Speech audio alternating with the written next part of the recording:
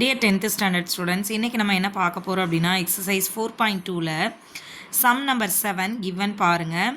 In figure DE is parallel to BC, அதாவது டிஇங்கிற line பிசிக்கு parallel and CD is parallel to EF. CD is parallel to EF. Prove that AD square is equal to AB into AF. சரிங்களா? பேரலல்னு வந்துட்டாலே உங்களுக்கு ஞாபகத்துக்கு வர வேண்டியது PPT theorem தான். பிபிடி தியரமில் என்ன சொல்லுவோம்? ஒரு ட்ரையாங்கிளில் ஏதாவது ஒரு சைடுக்கு பேரலாக நீங்கள் ஒரு லைன் வரைஞ்சிங்கன்னா அது மற்ற ரெண்டு சைடை பிரிக்கிற ரேஷியோ வந்து சேமாக இருக்கும். சரிங்களா? ஸோ அதை தான் இங்கே ப்ரூவ் பண்ண போகிறோம். ஃபஸ்ட்டு என்ன செய்ய போகிறோம்னா, இப்போ இந்த லைனையும் ஸ்கிப் பண்ணி, அதாவது இந்த கிராஸாக இருக்குது இல்லைங்களா, அந்த சிடிங்கிற லைனையும் இஎஃப்ங்கிற லைனையும் மறந்துடுங்க. உங்கள்கிட்ட இப்போ எப்படி ஞாபகம் இருக்கணும்? ஏபிசிங்கிற ட்ரையாங்கிளும் இந்த இடிங்கிற லைன் மட்டும்தான் ஞாபகத்துக்கு இருக்கணும். சரிங்களா? அப்போ in figure DE is parallel to BC. DE is parallel to BC. நான் தான் சொன்னேன் இல்லையா, இந்த லைனையும் இப்போதைக்கு மறந்துடுங்க. தட் மீன்ஸ் இந்த சிடிங்கிற லைனையும் இஎஃப்ங்கிற லைனையும் மறந்துடுங்க. இப்போ இந்த நடுவில் இருக்க டிஇங்கிற லைன் மட்டும்தான் உங்களுக்கு ஞாபகத்தில் இருக்கணும். சரிங்களா? அப்போ இந்த டிஇங்கிற லைனு உங்களுக்கு எதுக்கு பேரலல்னு ஆல்ரெடி கொடுத்துருக்காங்க? பிசிக்கு பேரலல்னு கொடுத்துட்டாங்களா?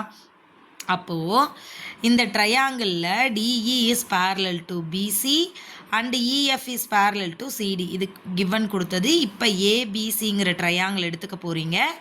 ஏபிசிங்கிற ட்ரையாங்கிளில் இந்த டிஇங்கிறது பிசிக்கு பேரலல்னாவே பேசிக் ப்ரொபோர்ஷனாலிட்டி தியரம் யூஸ் பண்ணலாமா? So basic proportionality theorem AD by டிபின்னு இருக்கும். கரெக்டுங்களா? இப்படி தான் நம்ம படிச்சிருப்போம். பட் இங்கே என்ன யூஸ் பண்ணுறோம்னா, பேசிக் ப்ரொபோர்ஷனாலிட்டியோட கராலரியை யூஸ் பண்ணுறோம். அப்போது ஏடி பை ஏபி. இது எதுக்காக நம்ம இந்த கராலரியை யூஸ் பண்ணுறோன்னா, நம்மளோட ப்ரூஃப் பண்ண வேண்டிய விஷயம் அது மாதிரி இருக்குது. அதனால வந்து நம்ம அந்த கராலரியை யூஸ் பண்ணுறோம். ஏபி ஏஃப்னு இருக்கிறனால அந்த கராலரியை யூஸ் பண்ணுறோம். சரிங்களா? அடுத்து AD by AF equal to AE by AC. Right? இது ஃபஸ்ட்டு அந்த ட்ரையாங்கிள் எடுத்துகிட்டு சொல்லிட்டோம். இப்போ என்ன செய்ய போகிறோன்னா, இப்போ நீங்கள் இந்த டிஇங்கிற லைனையும் பிசிங்கிற லைனையும் மறந்துடணும். சரிங்களா? ஃபஸ்ட்டு என்ன சொன்னேன்? இந்த ட்ரையாங்கிளில் உங்களுக்கு இடையில இருக்கிற லைன் மறந்துடணும். ஏபிசியும் டிஇயும் மட்டும்தான் ஞாபகத்தில் இருக்கணும்னு சொன்னோம். ரைட்டுங்களா? இப்போது உங்களுக்கு என்ன ஞாபகத்தில் இருக்கணும் அப்படின்னா, இங்கே